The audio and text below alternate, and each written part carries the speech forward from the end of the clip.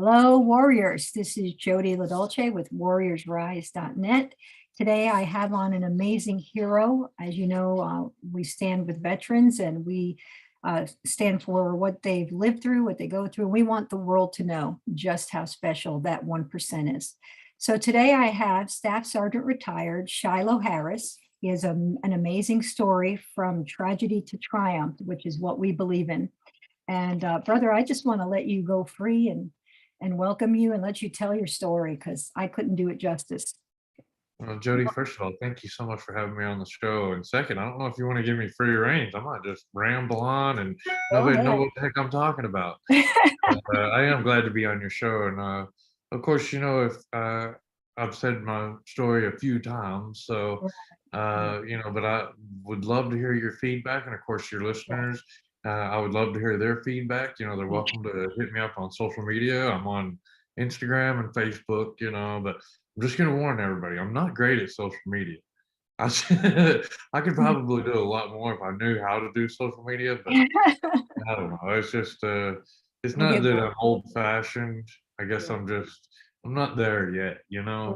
I But get yeah, bored it with is it. what I'm it is. like, it's just a tool right now. I like face to face. Right. So Well, yeah, I guess in a way that's me too. I like the face to face, but on yeah, top of it, is I mean, I know that people enjoy sharing things on social media, and I do too. To show moments that I'm proud of and show off my family or vacations or something like that. But it's like I don't know. I feel like social media is more like it doesn't tell the whole story sometimes. exactly. Yeah. So but it's entertainment. I see it as entertainment. I don't think people should air out their dirty laundry on there. I don't either. But yeah, it's a form of entertainment, and Yeah. yeah, I get sucked up in it sometimes, but Yeah. more on the viewing side. Oh, I laugh too because you get people who get internet, I'll call it strength. I won't use any terms that I shouldn't use, but internet strength to tell people off and do all this stuff. If they were in your face, they'd never do it. And then judgment. So to me, it's just I like to turn it around and use it as a tool for good, to bring truth and to bring Christ and help people to see that there's hope in the world. So, I'm gonna have to remember who said this quote, but it was either a former president or some wise person from back in the day when they said it's none of your business what other people think about you. And I think that's one of a really true and accurate statement. I know that some people probably worry about what other people think about them, but do you really want to know? right. And their judgment or what they may be feeling at that moment doesn't necessarily mean how they're going to view you in the future. So Right. it's like some moments are fleeting, and I think that's another thing. Is I don't like to put too much on social media except for the good stuff and things that I want to highlight, because that's what people should know. That's what I would want people to know. Right. But, obviously we all face challenges, and that's something that you and I are going to talk about today is some of the challenges that I've been faced with, but been able to overcome. Right. And, I think one of the very first things that I had to do in my life, and even here recently, I've had to reevaluate some of the decisions that I've made in my life. And I Mm. have to learn to forgive myself for my Yes. past, no matter how bad it is and how dark it is. Right. We all have to learn to forgive ourselves. Mhm. And I'm sure that you may have things in your past that you're embarrassed about, and Mhm. things that are dark and things that we wished we couldn't remember. But mine obviously one of the biggest ones happened on the battlefield. When I lost three of my friends. Mhm. Now, of course, we'll build up to that story, but that's the direction that we're leading toward. But the key message right here, I think, is you have to learn to forgive yourself. Yes. Amen. Yeah. And that's something that, you make decisions. Sometimes I've been going through that just recently because I bought into something that I thought was glorifying God and later found out it was actually people's pride that were being prepped up. And I was like, how did I fall for that? How did I just, ugh. So I've had a hard time stumbling over letting it go and forgiving myself for not seeing it. But the Lord has made it clear, now get busy. Uh, So yeah. So, So Jody, did you say you served in the military? Yes, I was a Marine Corps. In the Marine Corps, I served as a 4421 legal services specialist. I was graduated with honors out of boot camp, out of schools battalion, and had just received my meritorious promotion to corporal when I was injured, what I call with friendly fire. Another Marine that I had ended up marrying, who was physically abusive, shoved a bunch of my ribs forward, and on my record it says damage to spine, probably permanent, though I'm still in a fight with the VA for full compensation. Oh, I struggled through my 30s and, and all that as I was growing and aging with severe back issues and everything. But I tried to, Marines were nuts, tried to function normal. And eventually one day everything just exploded and I have rods and infusions and I couldn't walk. I had to learn to walk again. I was in the hospital for 6 weeks, an old folks home with 80-year-olds going past me. Like, wait, help me keep up with you, and learning to do things with a grabber. And it was insane. And the Lord led me from a wheelchair to a walker to a cane to nothing. I've had 14 surgeries and yeah, so it's been a challenge for me myself. And that's why I stand with veterans. I'm part of the DAV, AMVETS, Marine Corps League, and just am honored to be part of and know people like you and people who've served. And I thank you for your service. I never saw a battlefield outside of that, and but I have very good friends. Army, actually, she was in Iraq, and her Humvee got hit by an IED, and she was the only survivor. I think there was one other captain, but he just left on his own. He took himself out, and that was devastating. He was the last one. So we live this every day. This isn't something that, we know what this means. So, and she just had to have a bunch of operations. And I believe that some of the stuff they put in our bodies with all those Vax guns, you know what I'm talking about? oh yeah, Yeah, body armor. Yeah, yeah, yeah, yeah, yeah. exactly. I think I think some of that stuff gets in us too and makes us sick. So, it's been incredible. It's been quite a journey, but I thank God for you. And I want to say something, if you don't mind. I just love your wife. Oh She yeah, sent she's me all this adorable. stuff, and I saw her in her picture. She's gorgeous, by the way, and just what a hero she is as well. Because people don't know when we all come back, especially you guys who've seen the fire, and they don't understand what we're looking at. And when you Yeah, come home and you have full support and full love and nothing's changed, everybody's 100% in for you, that brings healing. It's why we have Fisher houses by the VA hospitals. So I just, you got to give her my love and tell her God bless her, because she's a hero too, you know. So, um, but I wanted to go ahead and let you share your story and oh no, I said, well, first I want to say thank you so much for your service. thank you. Even though you say you didn't see the battlefield, when you join the military, a lot of people may, or some people may not realize this, but when you join the military, regardless of what your job is going to be, you're saying that you're willing to, sacrifice your time, your life potentially to serve your nation. Right. And when you put on that uniform, there's a certain obligation that comes with that. And if they say you're going, guess what? Most of the time you're going to go. 99% of the time you're Yep. loading up and going Yep. wherever they tell you to go. Get your And that go was back. yeah, exactly. So I say thank you again so much for You. your service to our nation, and thank you for your sacrifice. And I'm sorry to hear that you've had to battle the VA, but that's actually another good conversation that if you want we can touch on it right now while it's still fresh on everybody's mind. There are still some service members, and I hear a story like yours. There's a clear case of hey, I got injured in the military, do these services and that sort of thing. By far, I have to say, although there are these issues like what you're facing, we're still blessed as a nation. Our service members still have a lot of opportunities that other nations don't.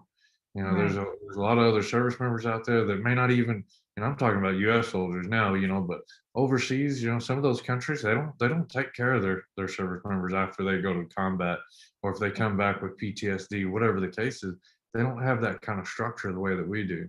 So I still see our nation as a blessing, but the fight still remains that, if they say you're due these services, either we thank you for your service, then that's what you should get. Right. Now, when I went in, now imagine this, with all these scars and, amputations and, Right. the clear, I'm in front of my rater, the person, that does so does this really hurt on a scale of Right. 1 to 10, Yeah. that sort of thing. And I'm getting ready to separate out of the military. Right. And, I have a very long list of injuries and stuff Yeah. that was related to all of this. Right. And almost every time he would ask me about one of the items, he'd say, "So on a scale of 1 to 10," and then he'd look at me and go, "Really?" And I said, "Sir," I said, "let me just ask one thing." I said, "Do you have to say that every time?" I Right. said, "Because," I said, "first of all," I said, "I have no reason to lie. If I'm not 100%, as far as your paperwork is concerned," I said, Right. "then I don't know who is." I said, "I Right. have no reason to lie about my injuries." So I Right. said, "How about we just move this thing along?" And he looked at me kinda like, "Yeah, okay, yeah, I get it now." And Yeah. he didn't ask me, "Are you sure?" after Yeah. that. Yeah. What's funny is they kept trying to get me to bend certain ways to prove that my back hurts or not. I'm like, seriously? You serious? I mean, it was annoying. So I actually get exactly what you're talking about. Like, does it hurt to go this way? Yeah. There's spine damage in there. And then the PTSD, because I was suffocated, I had a weapon put to my face, a whole bunch of different things. And it does cause reactions. And so they're like, okay, we'll do that for you. But the injury we still have to fight you on that one. So they're still fighting on the injury that was caused by the behaviors. It's unbelievable, the red tape sometimes. And this is why I do what I do with veterans as a DAV, and vets, all that, because so going back to what we were saying, that what I do is try to teach veterans what I didn't know when I got out. I was young, I was in my 20s. I had no idea to go to the VA. I had no idea to fight for myself, that there was a DAV service officer that could help me fight for my rights as a veteran for the injuries I had. I didn't even know it was in my file, damage to spine, probably permanent. And I didn't know upon separation that they gave me a percentage. I've never collected any of that money. I did not know I was given a percentage. And when I called the Marines, when I found out that I had all these years of money that I should have been collecting, they said it's too late. So yeah, What? so I've been going through it myself, and I love the Corps. Trust me, I know what it took from 12 weeks of boot camp as a woman, then 12 weeks of training as in schools battalion, and then all the training afterward. And after the injury, I've never been the same. I was what we call stat. I was like in shape. I could do everything and anything, and to have your whole life spun around, it's just incredible. And so I want to help younger people know it's here. And I just had a situation with a friend's son back from the Navy. He was feeling sick. I said, you have to take your DD-214 and go to the VA. And do I have to? Do I have to? And wouldn't you know, he walked into a subway station, had something happen to him, and just dropped dead right in the subway. And I cried over this man because I had him on the phone. What if I could have got him in? What if I said to him, let me take you, come on, just come. So, and he was only in his 30s. Shiloh, that just messes me up. I'm 59, he was in his 30s. So we want people to know, veterans to know, fight for yourself, so. To be honest, I didn't know that those benefits expired like that, after so long. And the reason I say that is because my stepbrother literally just finally got all of his stuff situated, Wow. and he got a lot of back pay, which was, I mean, a true blessing for him because while he was in the Gulf War, Yeah. he caught an illness over there that caused him to have a pacemaker put into his heart when he Wow. was like 20 something years old. Wow. And so, anyway, he's been fighting all of these health issues over the years because of things that whatever chemicals or something they had used that made him like really, really sick. Yeah. And anyway, they kept denying him, and Mhm. finally, he finally got it. But I mean, this was just recently, and we're talking about the Gulf War, so I don't know how long that was. Like, it was in the '90s, Right. right? 90s, I 90, early believe. '90s. After I got out, yeah. So I had Yeah, friends I'm pretty going. sure it was the early '90s when the Gulf War happened, and so he just recently, got all his benefits taken care of. Wow. Yeah, Yeah. so, and that was actually something that I wanted to touch on, and I forgot to a moment ago, is people usually ask me because I'm out there in the public, I do the motivational speaking, I have my book, Right. working on a movie. I got all these different little projects that I've been working on just to advocate for veterans, and then, of course, hopefully encourage other people, whether they're military or not, Right. to know that they can overcome some of the greatest challenges in their life. Well, with Amen. all that said, when it comes to the VA or even your medical doctors, or when you go to the medical hospital or medical clinic, you have to be the squeaky wheel. Yeah. My father, he was so stoic about not wanting to share his aches and pains and stuff like that. But he'd be Right. so sick, or he'd be so hurt, and then he'd go to the doctor, and they'd be like, "What's wrong?" And he's like, not much. And I'm like, "But you There just you go. told me you were on your deathbed." I'm like, "What's wrong with you?" Yeah, that's it. So, I have a bad habit with that myself. It's pride, and I've got to fight that pride. Yeah.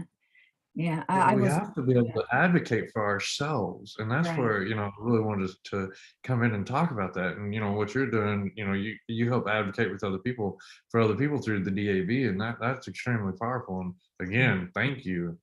Yeah. Because there's some veterans that don't know how to get it done. Some veterans don't even know how to say it or where to go to get these benefits. Right. Yeah. So, it's very important. That's what drove me. Is I met a wonderful man, and he's the one who started the what they call the Operation Gift Card. And every month we go down to Walter Reed and we see some of the worst cases. And these men, we go in and I wear my DAV uniform with my Marine Corps stuff, and they'll try to stand up. I met a gentleman who had no arms, uh, one leg, and he was in a wheelchair. I'm sorry, he did have a prosthetic arm, and he was a captain. And when I walked over to him, I tried to bless him, and he's like, "No, give that to my men. Give that to my men. They're in the rooms." And he said, "Let me stand up and salute you." I was like, "Sir, you don't, you know." I was they discharged me on Lance Corporal because I didn't hold the corporal with any length of time by the time they discharged me, and uh, Mm. and so, but these men, I mean, like heroes like you, what they've been through and what we see, we go in. I saw one guy with no arms and legs exercising in the PT room and laughing it up and having a ball. I mean, Yeah. I get to play with the dogs that I'm telling you, it's just an amazing that 1% of society, those of us who serve, people don't understand. And I'll tell you what, Shiloh, I stand up for the truth now because, first of all, I serve Christ. Second of all, this world is a little bit on the crazy side. You're seeing the definite split between evil and good, in government, in society, everywhere. And I would die for this country, even still. I would die for my family, even still. Whatever it takes to make sure that the future of this country is still one nation under God, indivisible, is what I'll stand for. And so, and that's all that really matters, and to me, because if I don't stand for God and good and what's right, and what chance do our children have? What chance? So, but all heroes. And I've watched it. There's one little Marine brother. When I go there, he remembers me, and I don't go every month. They go every month. And he came running up to me. And when I first met him, his skull had gotten blown off, but he was still alive. And so they made a mosaic out of these tiles and recreated his skull. So he had gone through a series of operations from the time I met him to the time I saw him again. He looked like a totally new man. And I was like, "Brother." He goes, "I only have a few more operations to go." Can you believe that? People are worried about, stupid stuff. I mean, even I get mad if somebody tells me I can't feed a nut to a squirrel, so, and yet this young man who remembered that I was a Marine sister from the last time I had visited, just, just amazing, amazing. But, we stand here today for the people of this country. and now even the people of the world, because we're all in this together right now. Yeah. They've included us all. So, but with all that said, though, I'd love for you to share. I mean, to me, you're a hero, and I just would love for you to share your story. Let people know that, I always say you got to have stamina for the win. You just have to. And I love what you wrote, tragedy to triumph. And so I'd love for people to see just what it takes to really succeed in a situation where it feels like everything's lost. Not that we don't have those thoughts. I begged God to take my life when I couldn't, my legs didn't work, and he had other things to do with me. So I went through it, and here you sit today to be a truth teller and an encourager and an inspiration. So again, I thank you for your service, and I would love for you to tell your story. So be free. You can talk as long as you want. Okay. All right. So, thinking about some of the things you just said also, in the last 20 plus years, our world has experienced a lot. Yeah. Specifically, 20 years ago, coming up here in a few days is going to be the memorial anniversary of 9/11 2001. Right. And that honestly, that's where my journey essentially began as a service member. Shortly after that. But I mean, overall, you think about all the things that our world has been challenged with and faced with. We've had so many hurricanes and volcanoes, and I mean, all these different things happening. And, the world is so much smaller now because we have so much media and social media and ways of communicating and sharing these stories almost in real time fashion. So, Wow. the world knows what's happening as it's happening in many cases. Yeah. Now, 9/11 2001, I think that was a lot different than, natural disasters for the simple fact that, yes, it was a very malicious attack. But I mean, we lost almost 4,000 innocent lives Yeah. in a matter of hours. Right. And I mean, this affected the entire world. It was almost like the world stopped. Yeah. I remember I was working as a land surveyor at the time. I was an apprentice land surveyor, and it was my first time leading the crew out on a big track. And we had four wheelers, GPS equipment, and all this stuff, right? So we were going out on this big ranch to survey it. And I guess they were getting ready to either section it out or sell it or whatever the case was. Well, we get out there on the ranch, and I can't get the GPS to work. And, Mm. of course, this was before everybody had a cell phone, or at least fancy cell phones like we do now. So, the news, that we didn't get any news out there of what was happening. And we wasn't listening to the radio on the pickup. Most of the time we usually talked and, that sort of thing. But anyway, I can't get the GPS to load. It's not finding any satellites. And I'm thinking, oh my gosh, I broke the GPS. I'm like, what the hell? And this is my first day being the boss, and I felt horrible. Well, I messed with it for another hour, hour and a half. I tried to do everything. I'm looking at the manual. Well, finally, I realized I'm going to have to go back to town and tell my boss something's wrong. Well, as I get back, I walk into the office, and the crew's, waiting to find out what's going on, and see if we can get the GPS fixed. And my boss is sitting there watching TV, and it's the news, and I didn't know it was the news because all I see is, the Twin Towers in New York. One of them's smoking and on fire, and then the other one, I'm looking at it and I go, "What is this?" I said, "Is this a movie or something?" And I started getting chills, because it didn't feel like a TV show. And he just looked at me and he said, "Shallow," he said, "We're under attack." And I was like, "What?" And then we just happened to be looking at TV together, and he goes, "Oh my God, there's another one." And about that time, that other plane slammed into the second tower, and I was like, "What in the hell is going on?" Right. And he said, "Shallow, our nation is under attack. They just flew planes into the Twin Towers in New York, the World Trade Center." And I'm like, "Oh my gosh." And I started getting sick, my stomach, nauseous. I felt like I needed to do something, but I didn't know what to do. I felt like I was kind of helpless at that moment. Mhm. And he said, "Just go tell everybody to go home, be with their families until we know more." And so Right. that's what we all did. Everybody dispersed, went home, and we stayed in touch. We're calling each other, going, "Oh my gosh, you watching this?" And of course, my wife at the time, me and her were, just really struck, like, what are we gonna do? Well, a couple of weeks later, as the story's developing, I decided I got to join the military. But the trick was that I was 27 years old. I Oh, wanted to join when I was much younger, but I screwed it up. I was a young, dumb teen. mm, I had, drank, I smoked, did all these things. I got into a little bit of trouble, and I didn't know if I could join the military, mm, especially at 27 years old.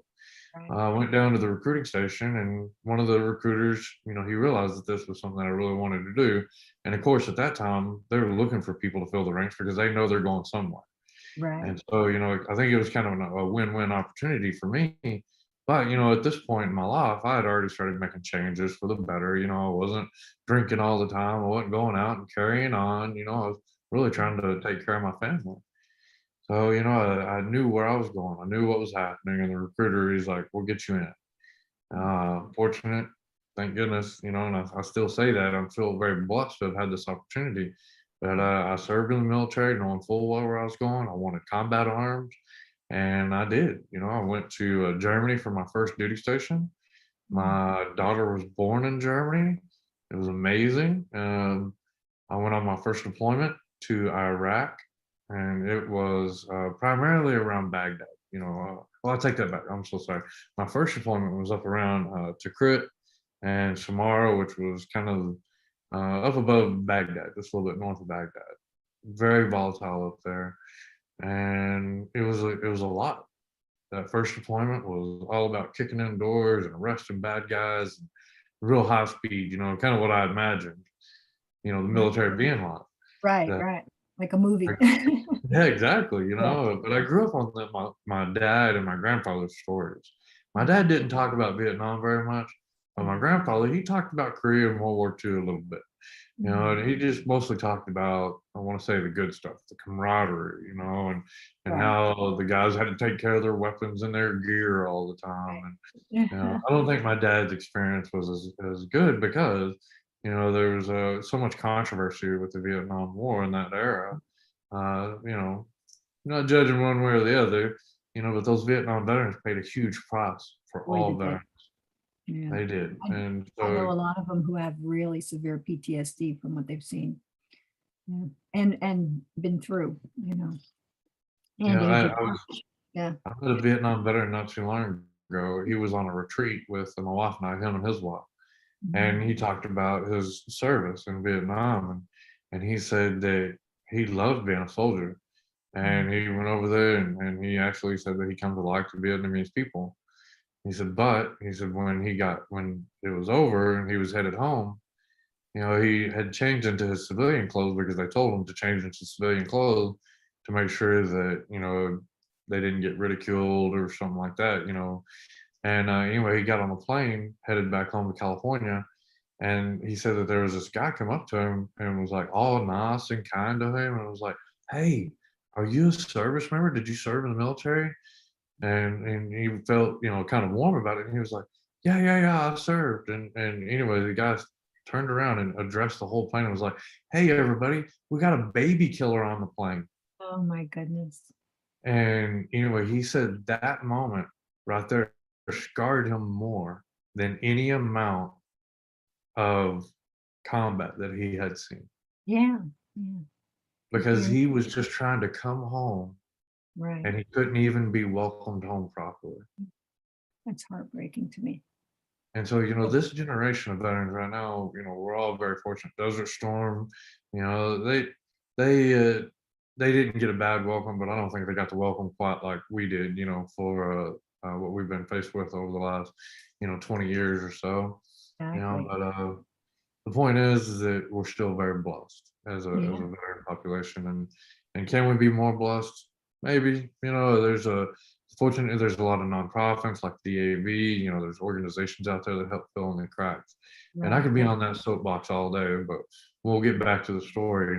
Yeah. But anybody that is out there running a nonprofit, 501c3 that is designed to help veterans and or people that are suffering, I commend them. You know, I know it's a big pool of people right now that are trying to pull funds from a lot of private donors, and you know, good luck with that. And I wish your programs luck. Right. You know, I've been very blessed in my recovery to have that experience. You know, with a lot of these 501c3s, and I've met some good ones and some bad Right. ones. But I try to put my brand on the good ones. But anyway, so you know, that first deployment was great. Yes, to in a degree, you know, I learned a lot, seen a Right. lot, changed me. I remember Mm. deploying with a bunch of boys and young men and women, Yeah. and then we came back all a lot older, a Oh, lot yeah. more seasoned. Yes. Yeah. I've seen a lot of age on those Mm. young men and women. Yeah. Changes So, you. Yeah. and I said boys in the beginning for the simple fact that, you know, at my time, at that time, our particular MOS, it was all guys. You know, we didn't have any females except for one female, and she was a turret mechanic because we were mechanized. We were on tanks and Bradleys. And then, of course, we had a few people on base like that, you know, a few of the officers and stuff. But for the most part, it was all a bunch of guys out there. Right. And if anybody's seen a female, sometimes it's like they had never seen one before. I was like, "Hey, calm down," you Uh, know. that's the truth. I remember looking out the window and there'd be all guys down there. You want to come out? I'm going and polishing my boots. But for the That's fun. most part, I served with a bunch of great people, man. They were all just wonderful people. But yeah, the second deployment, you know, was after Germany. As soon as I got back to Germany, we pretty much packed up and went to Fort Drum, New York. I deployed with the 10th Mountain Division. The first one was the 1st Infantry Division, and my second deployment was the 10th Mountain Division. And again, you know, combat, kicking indoors, but you Right. could already see the tempo changing Mm. because of the political training. You know, they're trying to let the Iraqi government take over their own stuff. You know, they're trying to let the military take over their own Mhm. assets and trying to run missions. And so, you know, we were working more towards a support role. And something that was really encouraging to me was being able to see both sides of it. You know, Right. those kicking indoors and arresting bad guys was awesome. You Right. know, but being able to deliver school supplies to a school that didn't have much or anything other than, you know, a building and a teacher Right. was really empowering as well. You know, Right. I mean, it was kind of fulfilling for me because I have children. You know, in fact, my wife now and we have 7 children altogether.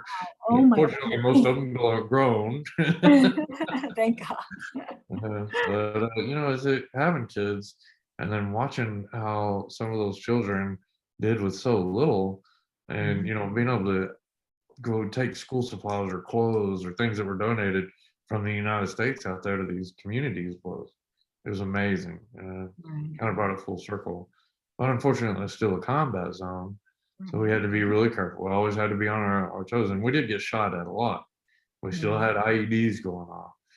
Um, After a little while, I worked in Baghdad for quite a while, doing like uh, just making sure that the communities right next to the base Right. and around the Baghdad International Airport were safe. You know, we would go in there and just visit with people, find out how they felt about it. So we're Right. running close missions. Well, after we did that for a little while, we decided to move out, and we took over an area uh, over by Yusufia and Mahmudia. All Mm. of the roads were named after heavy metal bands like Iron Maiden, Metallica, Pantera, Megadeth, all these heavy metal bands Yeah. because those roads were riddled with IEDs. Oh, Some of wow. them had IEDs every 20 to 50 meters all the way down the road. There were holes in the roads that you could fit a car Wow. in. I mean, it was unbelievable. So all of them were named after heavy metal bands, rightfully so, Right. because that's how they seen it. You know, there's a lot of heavy metal going on out. Right. Exactly. Mm. Well, on February 19th, 2007, we were out there working, just trying to build rapport, trying to find out who the bad guys were, trying to help the community thrive. And we got a call to investigate a possible IED. And generally, what that means is we have to go and secure that site as safely, quickly as possible. As we're driving over there, my Humvee, third truck in the convoy, was hit with an IED, roadside bomb, It was estimated to be about 700 pounds of explosives buried in the road. Wow. Needless to say, it shredded my Humvee. Yeah. It blew 3 of the 4 Humvee doors off. The entire roof, back hatch was blown off of it. Right. I lost 3 friends that day. Wow. People don't understand that. Yeah. That's painful. I lost 3 friends. My driver and I were injured. Fortunately, we survived. Both of us survived. Uh, but yeah, it was obviously, Yeah, you I'm know, sorry you had to go through that. Yeah. yeah. Originally, I remember I was knocked unconscious for a little bit, and I don't remember the initial blast. All I remember is waking up to the aftermath. And when I woke up, they had already come and retrieved the driver because he was awake. And to hear him describe the sound that that IED made, he said something like the hounds of hell or something. Anyway, I'd have to refresh, but it's in the book. And when he was telling me that, I was like, oh my gosh, I got to get that. But Yeah. anyway, it's really good. But anyway, uh, but yeah, so I woke up and I remember looking around and it's like everything was kind of hazy. I remember it felt like I was looking through straws almost. And so I Oh, knew I was hurt or I had taken a hit. I just didn't know how bad injured I was.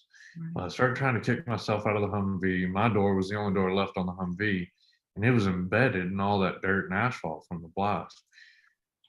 Finally, I kicked myself out. However that happened, thank God. But anyway, I get out and I'm standing there and I'm looking at everybody and I can see that they're taking care of my driver Adam, which is a big guy. He's kind of fighting them, and I just start barking orders. Well, when I start barking orders, because I see some people over there looking around, I see other people over here not doing much. I start telling everybody, "Hey, start doing this, start doing that," Right. and everybody just stops and they look at me. And I'm sure now it's because of the way I looked. I mean, I'm sure that I was Yeah. obviously burned really bad, but I know too my uniform, especially this right arm, Yeah. was my uniform was melted into my skin. Oh, And wow. in fact, when I started pushing on my door, that's when I realized that there was something wrong. And I looked and kept thinking, I was like, man, it's gotta hurt. But it Mm. wasn't hurting yet. So anyway, like I said, I got out and now everybody's staring at me. Well, now I start, really barking orders. Well, Right. then all of a sudden I see my buddy over there waving at me. He's trying to get me to walk towards him. Now, I didn't know what I could see his mouth moving, but I didn't hear anything. I couldn't hear anything. Mm. And everything was kind of muffled.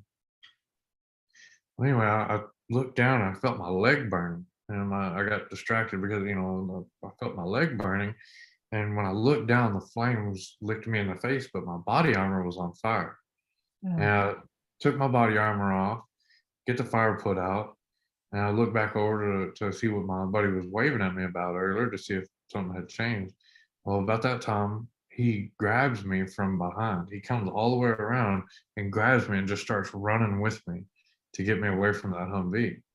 wow. Now, when our bodies connected, my ears popped like an altitude change kind of pop, Yeah. and it's like I could hear, and all of a sudden I heard this pop and a zing, pop Mm. and a zing. Oh, Bullets had been flying all around me, and I didn't know it up to this point.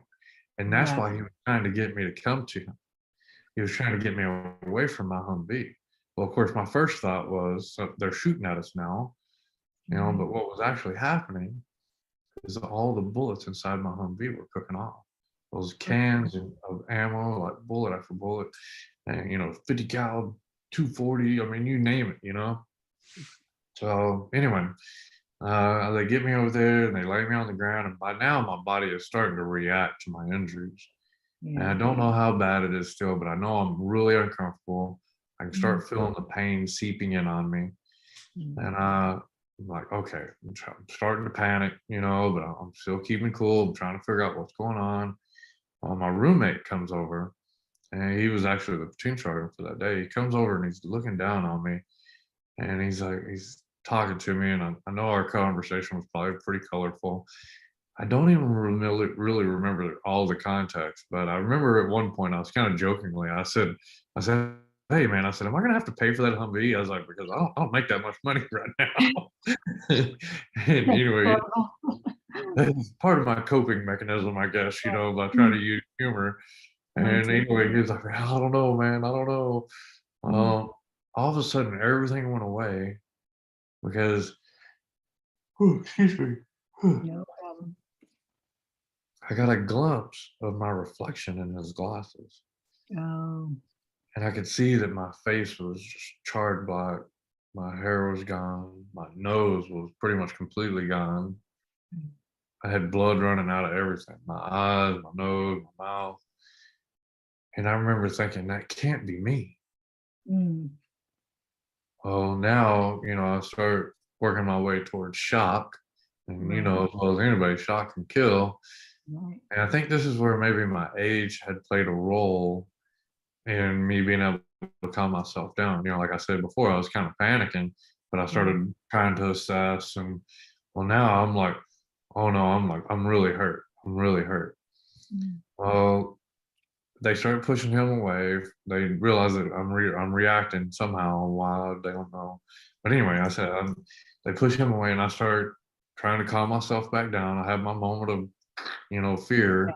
Well, right. then I remember, I remember this arm, of course, and I kind of reevaluated it. I'm looking at my hands, and then I remember looking over here at my left hand, and it looked bad. Of course, my fingers weren't gone then, but they were burnt really bad. My gloves were kind of melted into my skin, and I remember thinking, jokingly, as that coping mechanism, I was like, man, I better get a day off from this because you Yeah, don't get a lot of days off in combat, right. You you got that know. right. So, and anyway, so I'm like, I'm feeling a little bit better. Well, then I look over at my driver, he's beside me, and we start talking to each other. I'm like, okay, where's everybody at? And he goes, I don't know, Sergeant, I don't know. I'm like, come on, man. I said, think about it. Where's our guys? Have you seen them?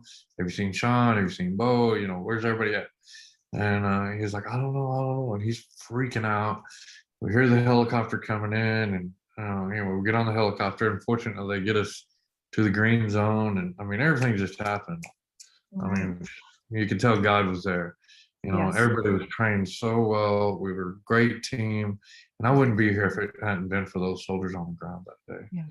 Yeah. Um, you know, last thing I remember is laying in there in the OR. They're cutting my clothes off and starting to scrub me up. They're getting IVs in me and all this stuff, and nobody made eye contact with me, which was kind of creepy. But I know why they were doing it, but nobody made eye contact. I remember I was looking around, laying, and everybody's just, you know, doing their thing. And I look up, and there's this doctor like straight up above me, and I'm like, "Please, sir, please tell me where my friends are." Mm, And he said, "You'll find out in a couple months." At that moment, I was medically induced into a coma that I spent the next 48 days in. wow. I had no recollection. I mean, when he said that, I had no idea what the hell that meant. I was like, "You'll find out in a couple months." I'm like, dude, why can't I find out now? I'm like, Right. Just where tell am I me. going? Doggone it. Right. But yeah, I was induced in that coma, and I had surgeries throughout that time frame. And since they induce burn survivors into a coma because the pain is so extreme that a lot of time the painkillers that they would have to give you would do Right. more damage to your body Right. Yeah. than actually just putting you to sleep and letting you stay asleep throughout the Right. majority of it. I think that's wise. Uh, yeah. Did So you have a near-death experience during that time, or any kind of spiritual experience yeah, during it's that? funny you say that. Because yeah, I did. I'm right now. I'm in religious studies at University of Incarnate Word here in San Antonio, Wow. and I decided. You got to think. I got injured in 2007. Mhm. That's been a little while. What was that, 15 years or more? About 15 years. Anyway, so it is when I was in that coma. It was almost like I was awake too, and believe it or not, in some of the classes that I've been in, we've had these conversations because, taking religious classes and philosophy and all these different things. And anyway, so it's kind of it's become more relevant in my life here recently. But when I was in that coma, it was almost like living in an alternate reality. But Mhm, that reality was dark and scary and painful. It mhm. was like I could hear my loved ones' voices. I could almost see them, but I Right, couldn't touch them. I couldn't communicate with them. I couldn't right. tell them what I needed or how I felt. And it was probably about as close to hell as I ever want to be. Mm, And and I realized when I came out of that, and I was going through my recovery, I was like, I need to know God more. I yeah. want to know religion more. Mhm. And so, as I decided that, that I think that one of the biggest factors that helped me get through this journey was faith. And Yes. and I'm not here to necessarily push Christianity on somebody that has another faith.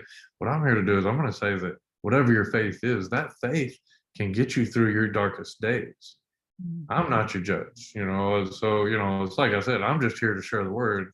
mm, Yes, God, my God, help me through my time. If your yeah, God can help you through your time, then that's what you need to do. If you're not a Christian, or if you don't have faith in general, you might want to find something just in case. I don't know. And I say that kind of jokingly as well, because we had a very open atheist in our team. And anyway, we would usually have group prayer before we would go out, because again, it was extremely hostile in those areas. And yeah. me as a Christian, I just thought, I say, hey, I'm going to pray. You guys are welcome to join me. And you Right. know what? Even the guy that didn't necessarily believe in God would sometimes join us. Yeah. Yeah. And he would always say, "It can't hurt." And I'm like, Right. "You're absolutely Yeah. right. It can't hurt." Yeah. And I always tell people, ultimately, like people we have to stop judging each other because, what God's looking for with us is a relationship. Our Father God created us to be in relationship. Adam was in relationship face to face in the garden. That was destroyed. And then he sent Christ to reestablish our face to face with him. Jesus said, what you see of me, I'm doing of the Father. Let them love you and like we love each other and all that. So we go to him through Christ. So we believe that. Now, when people aren't taught that, their faith, what they know of God, I don't care what, if I told you the sky was orange every day, you'd believe the sky was orange. So if they have another name for the one supreme being, the all sovereign God, stop judging that. Just let them seek with all their heart and soul, and they'll find God. They'll find him. And we serve the Lord Jesus Christ and his sacrifice for us on the cross. But there's angels that are like, I believe there were angels protecting you when you were standing there and couldn't hear anything.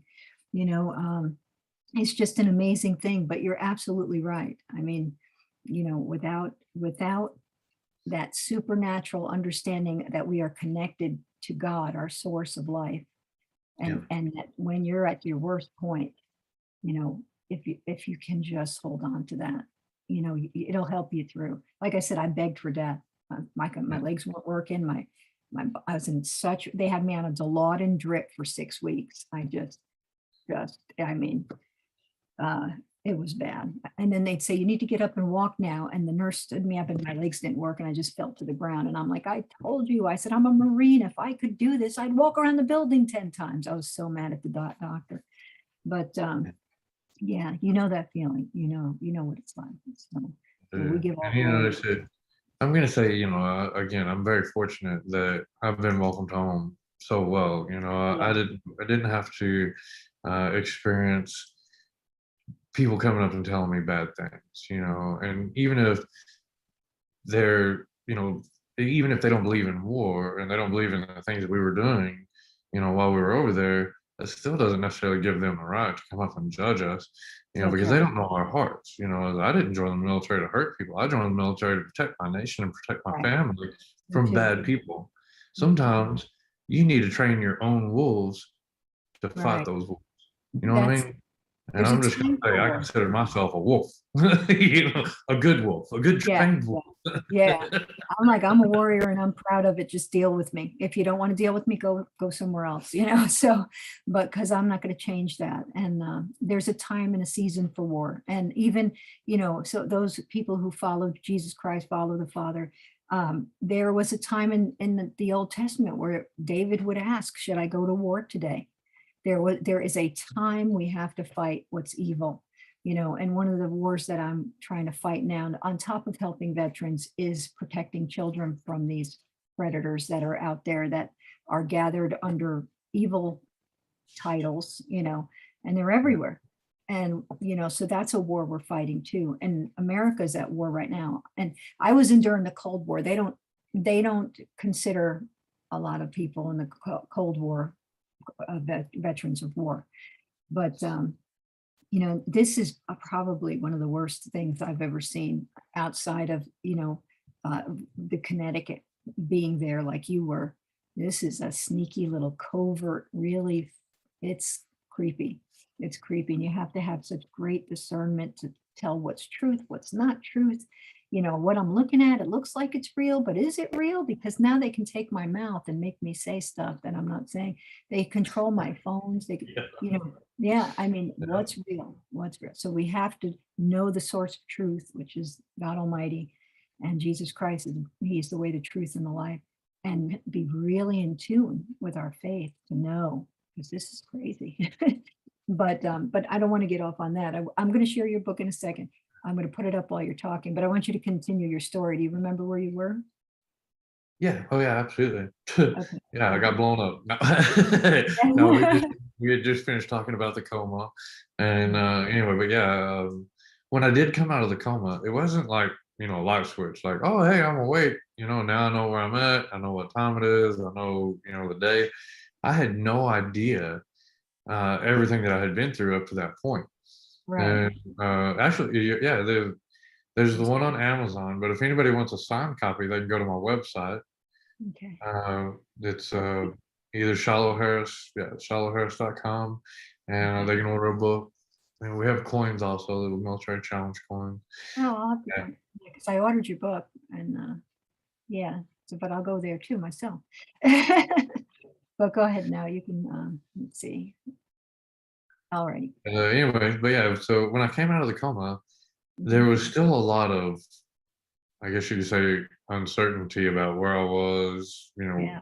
where I was physically, mentally, emotionally, because I was still so heavily medicated that I don't really remember a start point, but I remember a cornerstone, I guess you could say, in my recovery, because all the other stuff was kind of jumbled up and without a timeline.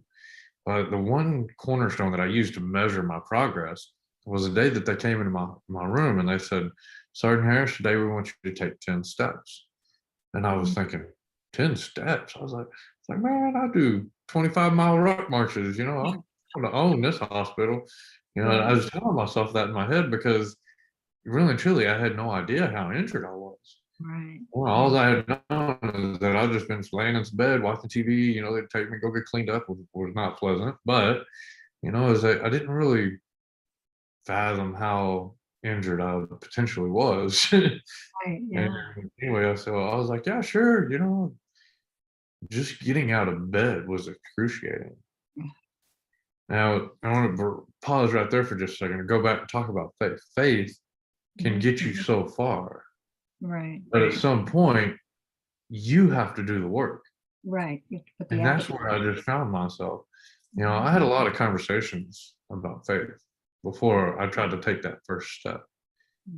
And again, maybe faith giving me a little bit of overconfidence, like, oh yeah, I got this, God's got me.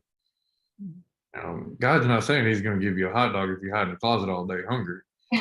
Well, I'm saying if you want a hot dog, you need to get a job, get a paycheck, go buy you hot dogs, cook you hot dog. That's usually how most hot dogs get found. Right. Right. In this particular case, they needed me to take 10 steps Yeah. and I could barely get out of bed. I took 3 little tiny shuffles and I was completely wiped out. And I remember laying back down in that bed feeling defeated. And I was thinking, I can't do this. I'm not going to do this. I don't want to do this. It's too painful. It's too hard. And I tried to quit right there. And I guess in a way I did. About Mm. 3 or 4 days went by like that, where I was in this self-pity, self-loathing phase. And then my dad came into the hospital room and he just stood at the end of the bed with his arms crossed, just looking at me. And my daddy had like these really cold blue eyes Mm. and a kind of short, stocky, blonde headed guy. Mm. And he just stood there looking at me. And I was like, yes, dad. Being kind of cocky because I knew he had something to say. Right.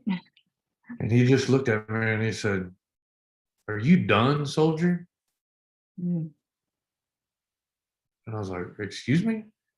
And he said, are you done, soldier? Took a minute for that to come over me.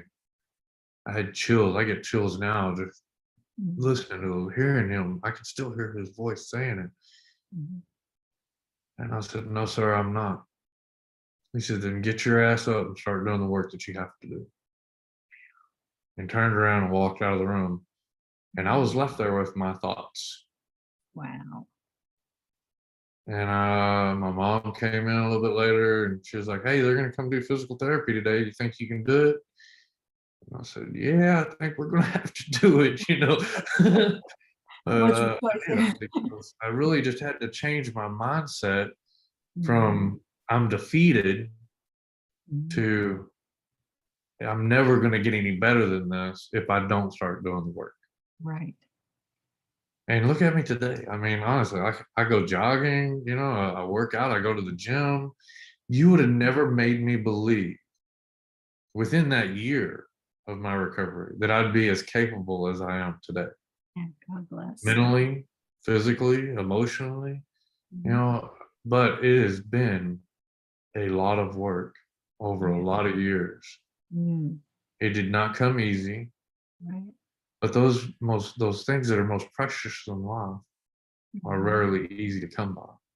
That's the truth. It's like family and love and relationships. Mhm. These things take work every day. Every I've day. been very blessed in my recovery. I turned those 3 steps into the 10 and then 50 and then so on. And here I am again. I'm very blessed.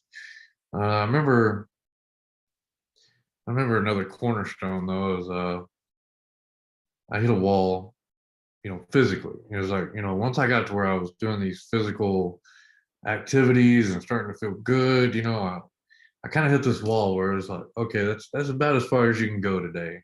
Right.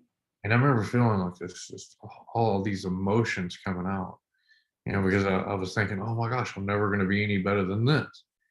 And then I realized there was another statement that I had to stop telling myself. Don't use definitives. Don't say never. Just take the good with the bad.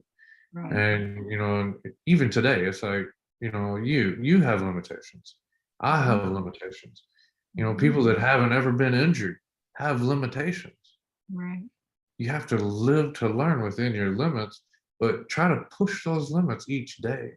Try to Right. become a better person each and every day. Right. Mhm. And that's what I've done. It's like working out, I can lift weights now, but you know what I had to lift before? The milk jug. As I'd go to the kitchen, I'd get the milk jug and then I'd do like 3 or 4 curls with it and then switch hands and do 3 or 4 curls with it. I mean, Double up. you Yeah. have to start small, baby steps. Right. And don't despise those things. At least you're doing that, you know. And people need to understand that. And you reminded me of a scripture where it says, life and death are in the power of the tongue, choose life. And we have to remember what we say over ourselves or what we meditate on and think in our brain is what we convince ourselves of.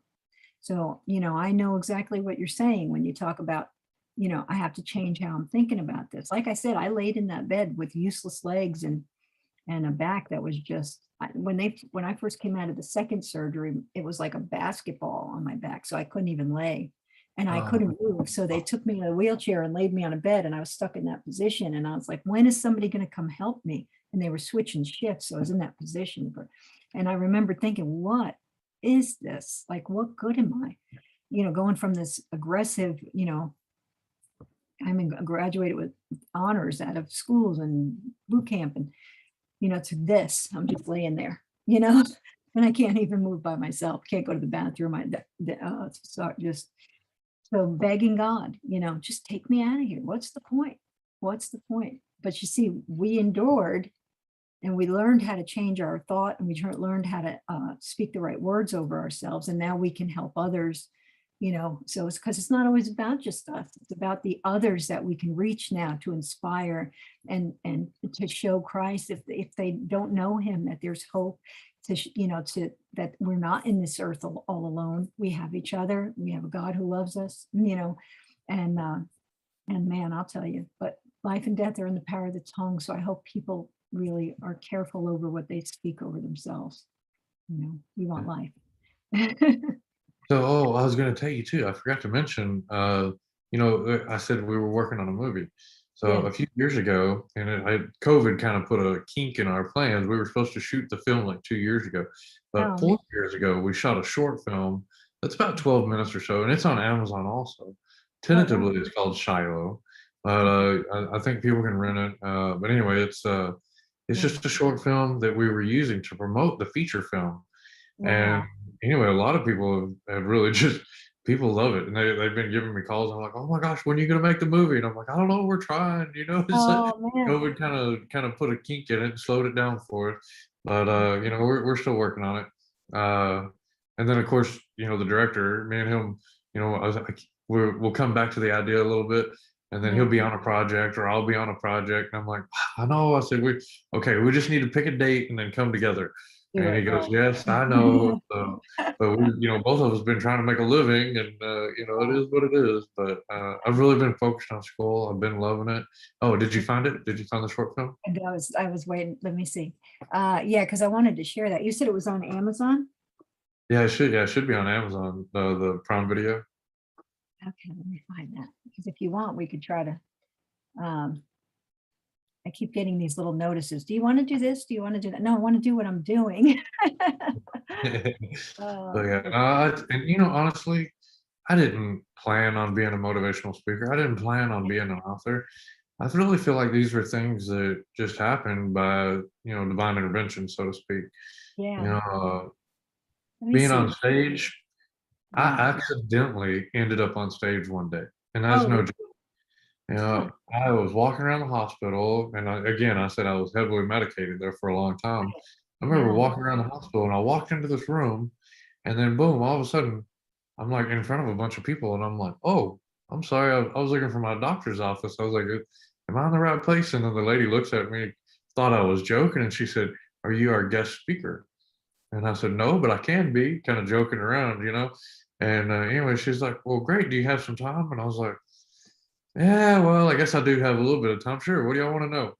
And they asked me some questions, and it just came out, kind of like our interview today. Yeah. Yeah. I Just was relax. open, I was funny, I was friendly.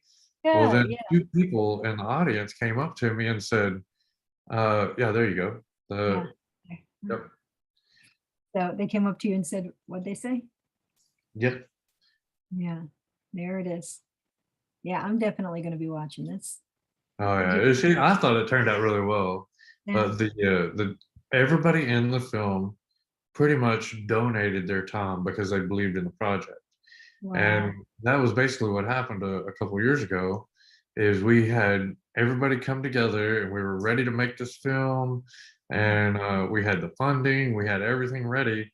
And Right. then that was literally 2 weeks before they shut the nation down. What was Wow. it, 2019, I guess? And we Yeah. were like, ah, damn, well, a lot of the people that, was willing to volunteer Right. said, well, maybe we want to hold back for right now. Uh, So anyway, we've just been having a hard time getting everybody together. But I hope they do it because I mean, just from the little clip, I can't wait to see it. it, I it, probably, turned, it turned out yeah, really well. yeah, It turned out really well. good. And Yeah, again, a lot of divine intervention there, a lot of divine intervention in my life. And again, yeah, I'm so blessed. I keep saying yeah, that because I mean it. yeah, yeah, yeah. Yeah, God is with you. And people think, how could you say you're blessed when you've been through so much? If I told you my whole life story, you'd sit here and go, what? I wouldn't, yeah, because I've suffered a lot, even from a 5-year-old child up. And so And I had a great mom who worked hard for us, but we had people who came in the family who were pedophiles and different things that happened. And it's been a rough life, but it made me tough. It made me the Marine that I am today in the spirit, because even though once a Marine, always a Marine. So I'm in the spirit realm, I have that same fight. And when I see the evils of things that go on, I realized, one day I was eating and my nephews were like, Aunt Jodi, you are so badass, that's what they, and so, because they were asking me about, the stories and stuff.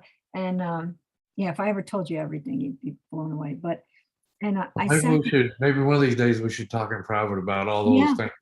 yeah, I would love that. Yeah, definitely. And then we'll decide And, what we can share. yeah, right. Yeah, that's exactly right. So as I'm sitting there and the kids are going, Aunt Jodi, you're badass. I'm sitting there and I went, oh, Father, you trusted me to go through every bit of this and still come out glorifying you and still have a smile on my face and still, and I'm walking, and there's a scripture, Shiloh, in the Old Testament, in Micah chapter 7, verse 8. And it's rejoice not against me, O my enemy, for when I fall, I shall arise. And when I sit in darkness, he will be a light unto me. And that scripture has held me through some stuff, I'm telling you. And, like I said, you don't get PTSD because you're having a party. but, but you sit there and you realize one day, like you're saying here, you're blessed. And you're blessed because God knows your name. He knows who you are. And there's something in people like us that have gone through these things and can still smile and stand up and say, "Whew, man, I'm blessed and I love God and I love serving the Lord and coming through it to him through Christ and letting people know there's hope." So like you amaze me because I just, you're such a beautiful soul and God has made you such an amazing man. And like I said, I was reading stuff from your wife and I was like, wow, no wonder, just a good team, So, oh, don't even worry. I told you we're relaxed here. So, yeah, Oh, let's, well, I'm here in South Texas, and right now allergies are going crazy. So we just had a little storm come through yesterday that was really nice, but oh, it's always stirs stuff up. So yeah. yeah, I woke up and I was like, oh my gosh, I got an allergy. So apologize. Yeah, no problem. I love Texas. I lived there 6 years and a lot of my dearest, closest friends are there. So, a good place to be, except for the scorpions and those wolf spiders. Everything else is great. Texas does have a lot of blessings, and it's really good to veterans. Yeah, There's a yeah, lot of veterans and yeah, military people, retire here in Texas because of the benefits that they yeah. get, for being here in the state. And, it works out really good for me. And I'll be honest, so my wife and I, when we travel, we'll come to some place that was just so beautiful. And I'm like, you know what? I could wake up to that every day. Yeah. And then, we're like, you know what? Let's go home, pack up, and we're just gonna move. And then we get home, in a couple of weeks, we're like, nah, I'm not moving. It's like I don't Yeah, want to move. yeah. The country's beautiful, the whole country. We really are a blessed nation, We and we're are. blessed because we call God, our Lord. He is over the nation, and but I want to just say that people need to understand that 1% that join the military. We've done it for them, and we may not be perfect. They may not understand us, you know. And we do have that, I call it morbid humor, like, do I have to pay for that truck? That's hysterical. But, I know I was a police dispatcher for a while too. So that adds to police dispatcher, and you get that morbid sense of humor. And, but it's all things that help us function in a world that most people don't understand. But one of the things you said in these other countries are human beings, children who just want to go to school, mothers who just want to love their children. Do they have the crazies who will strap a bomb to their kid and send them out to go walk near troops? They do. And then what does that military guy do? The choices that are given to the people at that 1% that see that, They have no idea what they do. I like, why did the police shoot that guy? You should have shot him in the leg. Do you have any idea what kind of aim you're talking about in a fast moving situation where you're not, scoped out and all ready to fire? So this like stuff, people don't have an understanding. And I really want to bring that understanding to them. And for those of us who have been who've had tragedies and who have gone from tragedy to triumph, and an understanding that you are blessed because God saw something in you. And even though something was meant for evil, you've turned it to good, you know, and that that strength and that beauty within those of us who have served, I pray that we can talk to our fellow veterans or our fellow military and let them know, don't give up like your dad did, you know, made it seem cold, made it seem hard, but he was talking and what he was saying carried some weight. And so we want to say it maybe a little more gentle, you know, come on, man, you could do this, you can do it. And so that's kind of why I want to bring what I bring. So I do Christ-centered shows. I've done SRA-centered, satanic ritually abused centered shows, always bringing God glory. But I also want to bring people like us, veterans. I have another interview on Thursday with another veteran, and very special man, same like you. He went to he put a weapon in his mouth and pulled the trigger, and he heard God speak, and the Lord said to him, "I'm not done with you yet." So there's something going on within our community. I don't think we're forgotten. So I think that's a great final note. I think that's a yeah, great final note for the show is, any veteran out there right now, any service member that had served in either Iraq or Afghanistan. I know I've had several calls, usually on a daily basis about people that are upset. My friends calling me, thinking that their service was, not appreciated and, that their sacrifices weren't worth anything and, watching their friends get killed and anyway, the message I think to these individuals today that are faced with thinking that their youth was stolen from them is, first of all, suicide is not the answer. Suicide is not going to get the message across that you think it's going to have. It's not going to have the impact that you think it'll have. What you need to do is speak your mind, get on a platform, share your story, but know in your heart that there are grateful people in this nation for your service and sacrifice, and know that you joined the service with the right intentions. You have to know in your heart that you did not sacrifice in vain. And I'm just going to say, I love you. And I know that, you love them too, right, Jodi? with all my heart, with all my heart. Yeah. It brings me to tears. And that's why I serve today. And I know you're still serving the community to inspire people. And I just want to thank you for being here. I will put all your information, links to the movie, your book, and your website underneath this video when we put it out. I'll send it to you and your wife too. And I just thank you. It's been such an honor to share this time with you. And I'd love to maintain the friendship. And if you have a word you want to bring sometime, come back on. The platform's open because it's for our warriors out there. So you have a free platform to speak anytime. So you just let me know.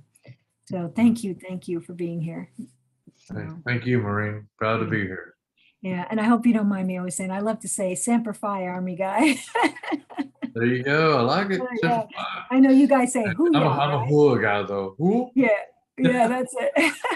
Yeah, they always have different sounds. My son's serving right now in the UK, and he's in the Air Force, and I love to tease him. We go Air Force.